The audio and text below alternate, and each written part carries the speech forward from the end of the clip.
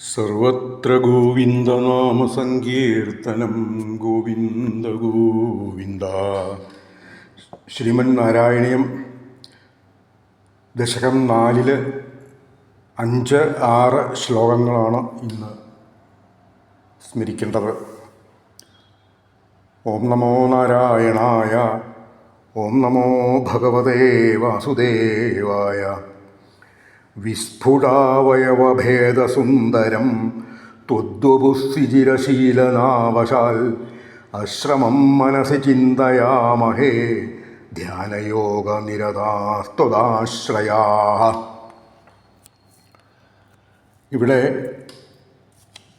ഗുരുവായൂരപ്പനോട് മേൽപ്പത്തൂര് പറയണം, അവിടുത്തെ സ്പഷ്ടമല്ലാത്ത ആ വപുസ് രൂപം അസ്പഷ്ടം ദൃഷ്ടമാത്രേ എന്ന് ആദ്യം പറഞ്ഞു വച്ചു. അസ്ഫുടയെ വപുഷിതേ എന്ന് കഴിഞ്ഞ ശ്ലോകത്തിൽ പറഞ്ഞു. അങ്ങനെ സ്പഷ്ടമല്ലാത്ത അവിടുത്തെ ആ രൂപം ധ്യാനയോഗത്തിൽ കൂടി, അതല്ലെങ്കിൽ ധാരണ എന്ന യോഗ സിദ്ധിയിൽ കൂടി, യോഗ അനുഷ്ഠാനത്തിൽ കൂടി അവിടുത്തെ ആ സച്ചിദാനന്ദമയമായ രൂപത്തെ ഭാവന ചെയ്ത് മനസ്സിലുറപ്പിച്ച് ഗുരുവായൂരപ്പ ഈയുള്ളവൻ ഉപാസിച്ചു കൊള്ളാം എന്നിങ്ങനെ ഗുരുവായൂരപ്പനോട് മേൽപ്പത്തൂര് പറയുകയാണ് ചെയ്യണത്. അപ്പോൾ ചുരുക്കത്തിൽ എന്താണ് ഇവിടെ പറയണത് എന്നാണെങ്കിൽ, ഭഗവാന്റെ സ്ഥൂല രൂപത്തിൽ ധാരണ ചെയ്ത്, അതല്ലെങ്കിൽ ആ ധ്യാനയോഗത്തിൽ കൂടി ധാരണ ചെയ്തുകൊണ്ടുള്ള ഒരു ഉപാസനാ സമ്പ്രദായത്തെയാണ് ഇവിടെ പ്രതിപാദിച്ചിരിക്കുന്നത്. അപ്പോൾ നേരത്തെ ഈ ദശകത്തിൻ്റെ ആദ്യത്തിൽ തന്നെ പറഞ്ഞു, 8 വിധത്തിലുള്ള ആ അഷ്ടാംഗയോഗാനുഷ്ഠാനം, അങ്ങനെയുള്ള ആ ഒരു സമ്പ്രദായത്തിൽ കൂടിയുള്ള ഉപാസനാക്രമങ്ങളാണ് ഈ ദശകത്തിൻ്റെ മുഖ്യമായിട്ടുള്ള പ്രതിപാദ്യ വിഷയം എന്ന് തുടക്കത്തിൽ പറയുണ്ടായി. അപ്പം അങ്ങനെ ഇവിടേതായി ധാരണ എന്ന യോഗസിദ്ധിയിൽ കൂടി, ധ്യാനയോഗത്തിൽ കൂടി എങ്ങനെയാണ് അവിടുത്തെ ആ സ്പഷ്ടമല്ലാത്ത രൂപത്തെ മനസ്സിൽ ഭാവന ചെയ്ത് ഉറപ്പിച്ചുകൊണ്ട് സച്ചിദാനന്ദമയമായ അവിടുത്തെ ആ രൂപം മനസ്സിൽ ധ്യാനിച്ചുകൊണ്ട് ഉറപ്പിച്ചുകൊണ്ട് അവിടുത്തെ ആ സ്ഥൂല രൂപത്തെ ധാരണ എന്ന അനുഷ്ഠാന വിധിയിൽ കൂടി ഉപാസിക്കണത് എന്നിങ്ങനെ ഈ ശ്ലോകത്തിൽ കൂടി സൂചിപ്പിക്കണം. ഇനി അടുത്ത ശ്ലോകത്തിലും ആ ഭഗവാനെ ധ്യാനയോഗത്തിൽ കൂടി ഉപാസിക്കുന്ന യോഗീശ്വരന്മാരുടെ അവസ്ഥയാണ് പറയണത്. ധ്യായതാം സകളമൂർത്തിമീദൃശീം ഉന്മിഷൻ മധുരതാഹൃതാത്മനാം സാന്ദ്രമോദരസരൂപമാന്തരം ബ്രഹ്മരൂപമയി ദേവ ഭാസതേ. ഈ ഗുരുവായൂരപ്പ ഇപ്രകാരം ധ്യാനയോഗത്തിൽ കൂടി അവിടുത്തെ അതിമനോഹരമായ ആ സകള രൂപത്തെ ധരിക്കുന്ന അല്ലെങ്കിൽ ഗ്രഹിക്കുന്ന ആ യോഗീശ്വരന്മാർ എത്ര ഭാഗ്യശീലന്മാരാണ്, ഭാഗ്യവാന്മാരാണ്.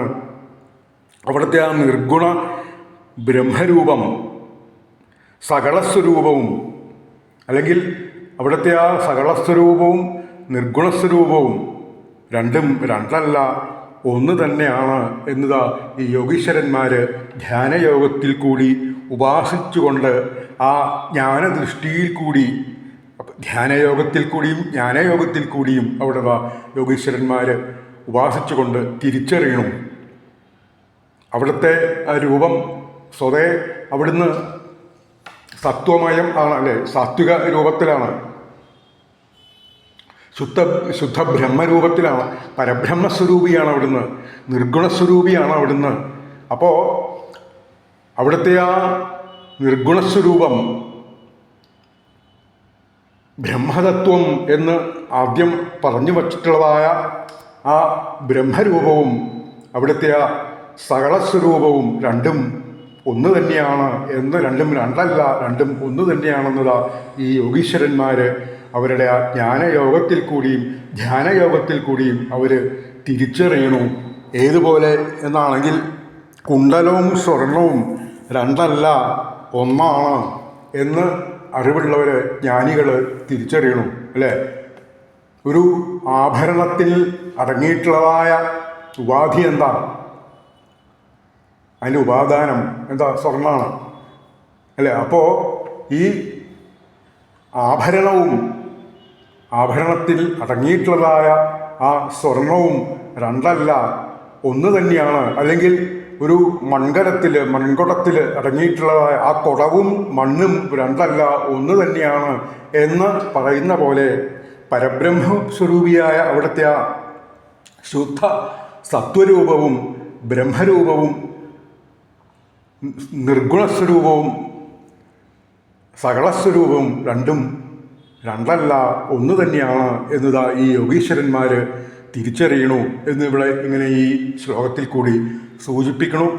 ഇനി അടുത്ത ശ്ലോകങ്ങളിലും ഇങ്ങനെ ആ ധ്യാനയോഗത്തിൽ കൂടി ആ ജ്ഞാനയോഗത്തിൽ കൂടി ഭഗവാന്റെ തത്വം മനസ്സിലാക്കിക്കൊണ്ട് ഭഗവത് നാമങ്ങൾ, ഭഗവത് തത്വങ്ങൾ ലോകത്തിന് പറഞ്ഞു കൊടുത്തുകൊണ്ട് യാതൊരു തടസ്സവും കൂടാതെ ഈ പ്രപഞ്ചത്തിൽ സഞ്ചരിക്കുന്ന ശ്രീനാരദാദി ഋഷീശ്വരന്മാരുടെ അവസ്ഥകളെക്കുറിച്ചൊക്കെയാണ് ഇനി വരുന്ന ശ്ലോകങ്ങളിൽ പറയണത്. അത് നമുക്കടുത്ത ദിവസങ്ങളിൽ സ്മരിക്കാം.